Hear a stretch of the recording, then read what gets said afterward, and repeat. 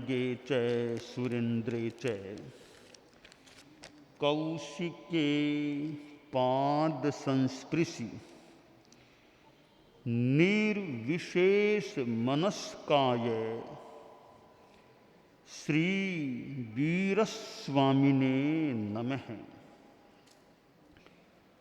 ठाणम आगम में कहा गया है, 10 विधे पच्चखाणे पन्नत्ते तंजहा अनागय मतिकंतम कोडीसह्यं नियंत्रितं चेव सागारमणागारं परिमाणकरं निरवशेषं संकेयगं चेव अध्याये पच्चखाणं 10 विहन्तु। आध्यात्मिक साधना में तपस्या का भी महत्व है। प्रत्याख्यान किया जाता है। हमारे यहाँ 10 प्रत्याख्यान भी प्रसिद्ध है। ये नमस्कार संहिता, पौरुषी, पुरीमार्द, एकासन, एकलठाणा, आयम्बिल, अभिग्रह, उपवास, इस प्रकार चरम प्रत्याख्यान, ये 10 प्रत्याख्यान भी कुछ प्रसिद्ध हैं। करने वाले इनका समाचरण करते भी होंगे। तो वे 10 प्रत्याख्यान कहलाते हैं। यहाँ ठाणम में भी 10 प्रकार के प्रत्याख्यान बताए गए हैं। वे उनसे भिन्न हैं, उनसे अलग हैं। पहला प्रकार है 10 में से अनागत प्रत्याख्यान, यानी भविष्य में करणीय तप को पहले कर लेना। जैसे कि कार्तिक मास में अठाई करने का एक मानस बना हुआ था या किसी रूप में संकल्प किया हुआ था, परंतु अब लगा कि कार्तिक मास में तो दूसरा बहुत कार्य है, या कईयों की सेवा भी करनी है, परिचर्या करनी है, कई दूसरे तपस्वी तपस्या में लग गए, उनकी सेवा मुझे करनी होगी। तो मुझे जो तपस्या कार्तिक मास में करनी है, मैं उसको आश्विन में ही कर लूं, ताकि मैं कार्तिक में फ्री रहूंगा, तपस्या का मेरे पर असर नहीं रहेगा, तो मैं दूसरों की सेवा में समय लगा सकूंगा। इस प्रकार भविष्य में करणीय तप को पहले कर लेना, यह अनागत प्रत्याख्यान है। दूसरा प्रकार है अतिक्रांत प्रत्याख्यान। जैसे उल्टा कि वर्तमान में आश्विन में तपस्या करने का एक मनोभाव संकल्प था, परंतु लगा आश्विन में तो अब दूसरा काम है, इतना व्याख्यान मुझे देना है, सुबह भी व्याख्यान, रात में व्याख्यान, जनता ज़्यादा आ रही है, तपस्या कर लूँगा तो फिर मैं व्याख्यान नहीं दे पाऊँगा, तो कार्तिक में जनता कम हो जाएगी, तो मैं कार्तिक में तपस्या कर लूँ, अभी तपस्या नहीं करूँ। यूँ वर्तमान में करणीय तप को भविष्य के लिए आगे ट्रांसफर कर देना, आगे खिसका देना, बाद में करना, यानी कालमान अतिक्रांत होने के बाद में तपस्या करना, ये अतिक्रांत तप है। तीसरा प्रकार है, कहीं यत्किंचित कोई बताने में फर्क हो सकता है, वैसे व्याख्या अनुवाद में लिखा हुआ भी है, आगे व्याख्या भी है। तीसरा है कोटि सहित प्रत्याख्यान, कि एक प्रत्याख्यान का अंतिम दिन और दूसरे प्रत्याख्यान का प्रारंभिक दिन हो, वह कोटि सहित प्रत्याख्यान है। दो सिरे मिल जाएं। इसमें ऐसा भी कि निरंतरता, आज उपवास का तप है, कल के सुबह से ही दूसरा तप शुरू करना है। आज उपवास करना था कल, या कल से दूसरा, दोनों निरंतर रूप में हो रहे हैं। और या दोनों का कोई संगम हो जाए, दो तपों का। मैं कल्पना से बताऊं, आज उपवास का तप करना है, कल दिन भर मुझे जप में लगना है, तो वो कल का सूर्योदय होने से पहले ही जप में बैठ गया, तो उपवास भी है, वो जप का उपक्रम भी है, दोनों संकल्प मिल गए हैं। तो किसी रूप में जो भी एक प्रत्याख्यान का अंतिम दिन और दूसरे प्रत्याख्यान का प्रारंभिक दिन हो, वह कोटि सहित प्रत्याख्यान है। और प्रत्याख्यानों में अनेक ग्रंथों की बातें भी है।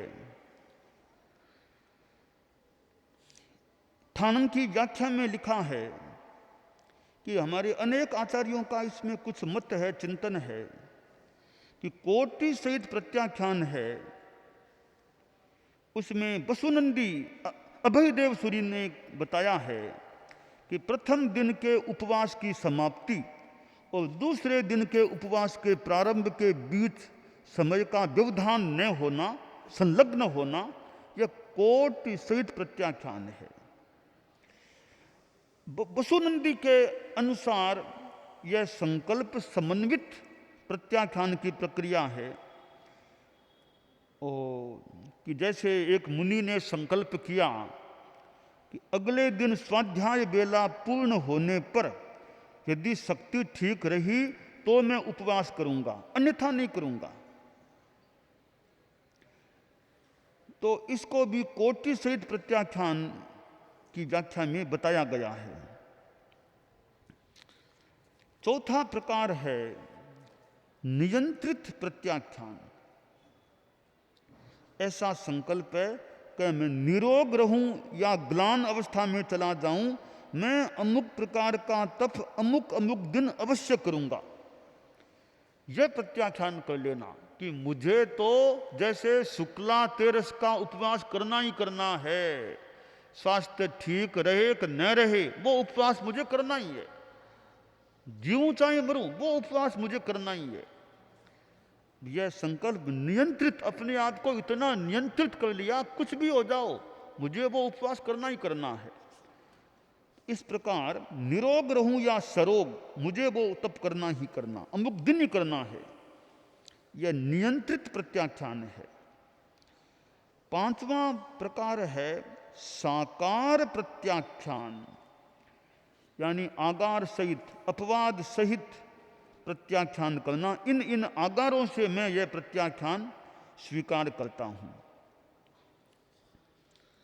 छठा है अनाकार प्रत्याख्यान। कोई अपवाद नहीं, मेरा आगार नहीं है, मुझे वो बिना आगार के मेरे उपवास है, आज कोई आगार नहीं, या कोई निर्धारित एक दो आगार हैं तो हैं, बाकी आगार नहीं। यह बिना आगार का प्रत्याख्यान अनाकार प्रत्याख्यान है। सातवां प्रकार बताया है परिमाणकृत प्रत्याख्यान। दत्ती, कवल, भिक्षा, गृह द्रव्य आदि के परिमाण युक्त प्रत्याख्यान।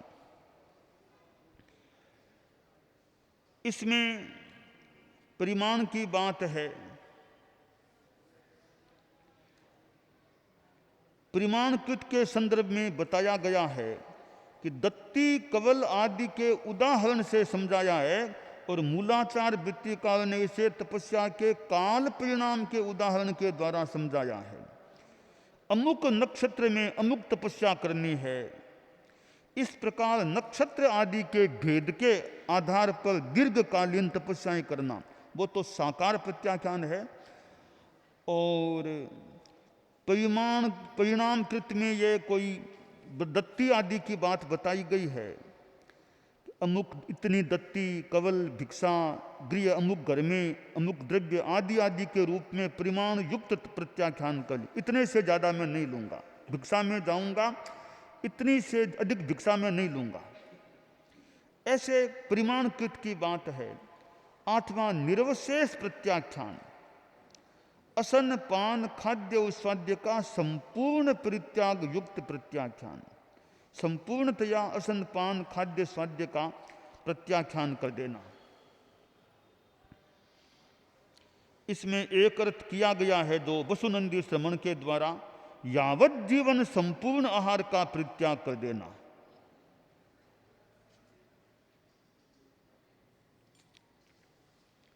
थोड़े व्याख्याओं में भेद भी हैं।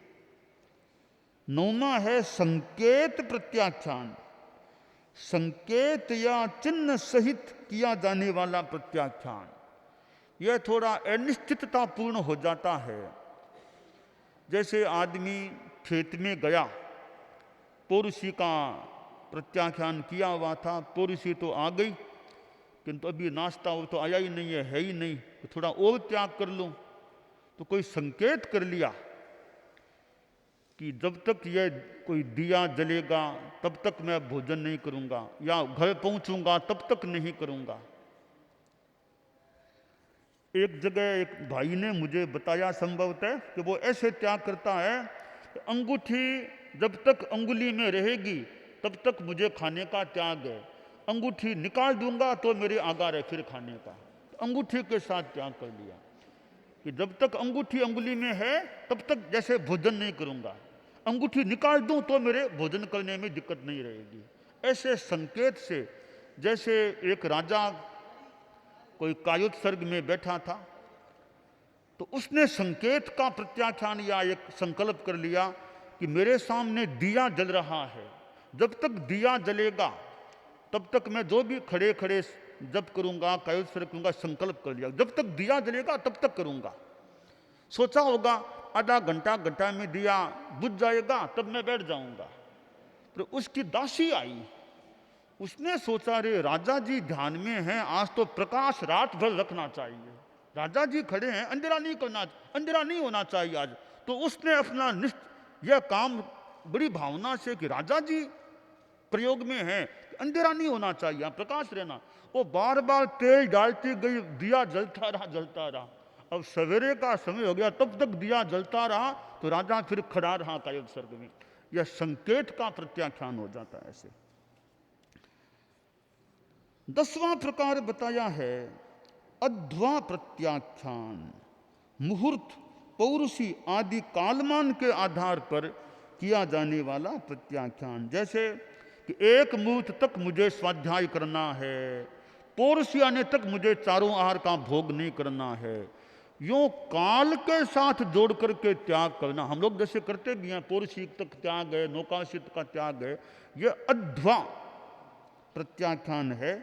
तो मुहूर्त, पौरुषी आदि कालमान के आधार पर प्रत्याख्यान किया जाता है।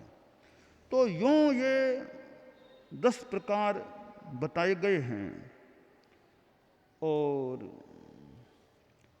इसमें दिगंबर परंपरा का भी कुछ अपना मत है, श्वेतांबर परंपरा का भी मत है, ये ठाणम की व्याख्या में दिए गए हैं।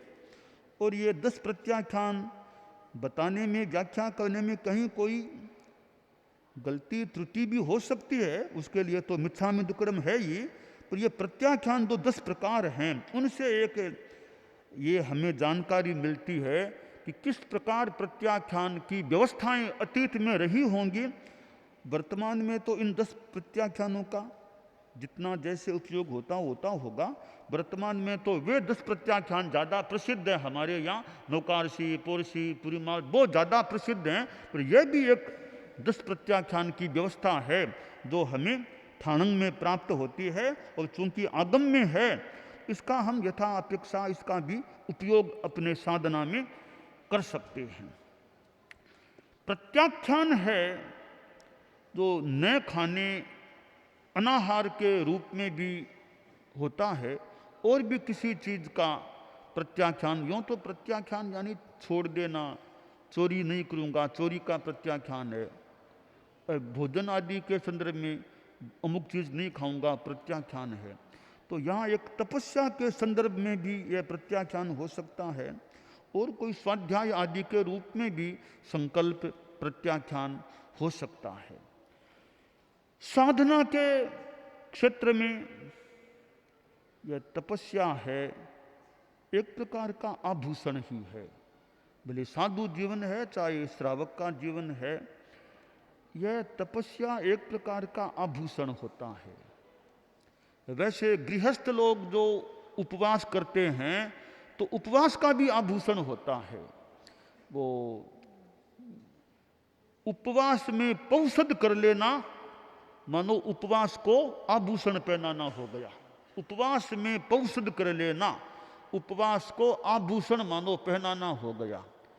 अब साधु साधियाँ मान लो तपस्या करते हैं, उपवास से ज़्यादा की भी, साथ में 1.25 लाख का मैं जप करूँगा नवकार मंत्र का, ऐसे अच्छे मंत्र का, तो मानो उस तपस्या को वह हार पहनाना और हो गया कि मेरे मांस खमन करना है, एक पखवाड़ा करना है, जो भी तपस्या करनी है, इसके साथ में 1.25 लाख का नवकार मंत्र का, नमो अरहंतानम का, अमुक का जो बढ़िया आत्म कल्याणकारी जप है, मंत्र है, उसका मैं जप भी साथ में करूं, वो करता है तो मांस खमन किया है, तो यह मांस खमन को आभूषित करना हो गया उस जप के द्वारा।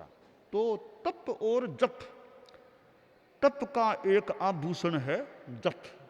तप और जप दोनों मिल जाते या स्वाध्याय मिल जाए, एक ही बात है। कोई उपक्रम साथ में मिल जाए तो तप और ज्यादा योग युक्त बन जाता है कि तप तो किया सो किया, साथ में इतना जप किया, इतना स्वाध्याय किया, तो कितना आध्यात्मिक लाभ मिल सकता है। हमारे चारित्रात्माओं में भी, यहाँ इस बार मुमुक्षु भाइयों में भी तपस्या का क्रम चला है। तो और तपस्या के साथ फिर जो अपना स्वावलंबिता भी रखते हैं, विशेष कोई दूसरों से सेवा लेना नहीं, अपना अपना काम कर लेना, प्राय प्राय जितना भी साथ में अपना जप करना, स्वाध्याय करना, बहुत बढ़िया चीज़ है ये। चतुर्मास में जब यात्रा नहीं हो तब और आसानी से यह काम हो सकता है। और फिर अनेक चारित्रात्माएं हैं तो दूसरों से भी एक प्रेरणा, सहयोग, संबल जो मिल जाता है तपस्या में, और ज़्यादा आसानियत, सुविधा, सहूलियत हो सकती है। तो यह एक तपस्या भी अच्छा है। जीवन में कोई तपस्या भी हो जाती है तो अपनी अपनी बल थाम बलम थामम च पेहाय श्रद्धा मारोग मप्पणो खित्तम कालम च बिन्नाय तह पाणम निजुंजय। अपनी अपनी परिस्थिति, द्रव्य, क्षेत्र, काल, भाव, बल, स्थान, श्रद्धा, आरोग्य, शारीरिक स्वास्थ्य आदि को देख करके, अपनी परिस्थितियों को देख करके आदमी को निजुंजय, अपने आप को तपस्या आदि में नियोजित करना चाहिए। तो इस तपस्या का महत्व है। और ऐसे ज्ञानाराधना का भी बड़ा महत्व है। ज्ञाना स्वाध्याय भी तो बड़ा तप है, व्यवस्थित रूप में स्वाध्याय करना। परम पूज्य गुरुदेव तुलसी थे तो वे भी अपने ढंग की तपस्या करते थे। भले उन्होंने 28 तो संभवतः मेरी जानकारी में नहीं की है, तेला तो किया था, तेला तो गुरुदेव ने किया, मुझे स्मृति में आ रहा है, ज्ञात हो रहा है। उन्होंने 28 मास खमन नहीं किया, परंतु अपने ढंग की तपस्या वो करते थे। उन्होंने जो तपस्या की वो हर किसी के बस की बात है ही नहीं। वो जितनी तपस्या करते थे, इतने बड़े धर्म संघ को गुरुदेव तुलसी ने इतने लंबे काल तक तो संभाला था, विकास का प्रयास किया था, सुरक्षा का प्रयास किया था। कितना परिश्रम करते, कितना जनसंपर्क करता, कितनी यात्रा की। राजस्थान से कोलकाता पधार गए, फिर राजस्थान से दक्षिण भारत में 3 समुद्रों के संगम के पार्श्व तक पधार गए, वापस राजस्थान पधार गए।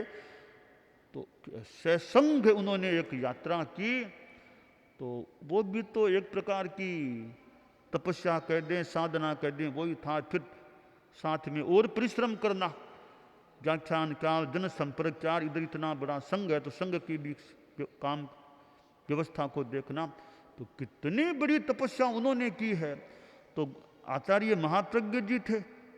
अब ज्ञानाराधना में जो आगम का कार्य उन्होंने किया है, उनके अपने सहयोगी भी थे। उन्होंने जो काम किया है, जो ये आगम आज ये ठाणंग मेरे हाथ में है, ऐसे आगम जो हैं वो गुरुदेव तुलसी का वाचना प्रमुखत्व और परम पूज्य आचार्य महाप्रज्ञ जी कभी युवाचार्य अवस्था में थे, पहले मुनि अवस्था में थे, तो उनका जो भी प्रधान संपादकत्व, विवेचकत्व, अनुवादकत्व, जो भी इस मूल पाठ को भी संपादित करना, मूल तो टेक्स्ट है, अनुवाद तो बाद की बात है, टिप्पण तो बाद की बात है, पहले तो मूल पाठ है। इस मूल पाठ को संपादित करना भी तो एक महत्वपूर्ण काम है। कैसे कितनी प्रतियों को देखकर ध्यान देकर वो संपादन किया गया होगा, तो कितना बड़ा काम। अब यह भी तो तपस्या कह दो, चाहे श्रुताराधना कह दो, कुछ भी कह दो, ये हर किसी के बस की बात नहीं है। आचार्य महाप्रज्ञ जी जैसे तो इतने अच्छे ढंग से कर ले, और हर किसी को कह दो, वो कहेगा मैं 28 तो भले कर दूं, मान लो मास्क बंद करा लो मेरे से, पर ये आगम का अर्थ करना, अनुवाद करना, टिप्पण लिखना, यह मेरे बस की बात नहीं है। तो यह काम, यह तपस्या तो बांस बेला तेला तो फिर भी करने वाले कई मिल जाएंगे। ये आगम जैसा अर्थ करना, अनुवाद करना, टिप्पण लिखना आदि आदि काम है, वो संभवतः करने वाले ही कर सकते हैं। इसलिए वो गुरुदेव तुलसी आचार्य महाप्रज्ञ जी की अपने ढंग की जो तपस्या थी, वो भी अपने आप में एक विशिष्ट उनकी तपस्या थी, और वो तपस्या संभवतः हर किसी के बस की बात भी नहीं है। हम अपने ढंग से तपस्या साधना में आगे बढ़ते रहें, यह काम्य है।